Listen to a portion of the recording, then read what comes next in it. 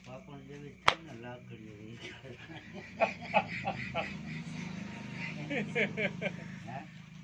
એને ના જોયું હાલે હાલે બરેલી મુખે મને ભાવે કડકડી ભરવા નહીં દેવાની હો ભાઈ.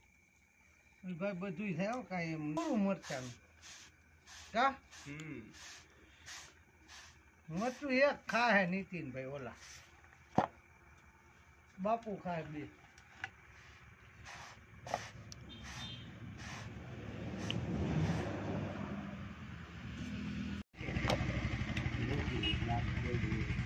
મહાકાળી